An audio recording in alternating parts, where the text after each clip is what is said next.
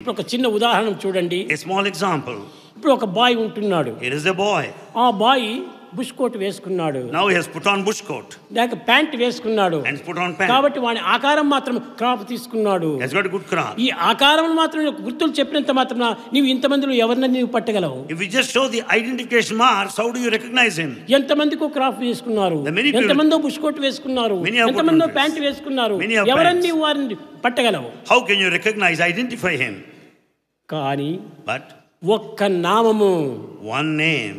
రామకృష్ణ అని ఒక నామాన్ని నీవు స్టేజ్ పై నుంచి పలికితే ఎక్కడ ఉండినా వాడు లేస్తాడు. When once you say here Ramakrishna, that person would get up wherever he is. కనుకనే నామమే నామే నిరూపించేస్తుండాది. And the name that directs you towards the form. కనుకనే నామచింతనము అని ఒకటి పెట్టారు. Therefore, singing the glory of ఇవన్నీ God's name. ప్రాచీన ఋషులంతా కూడాను అనుభవించి ఆనందించి అందించినటువంటి యొక్క సుధా నిధులు ఇవి.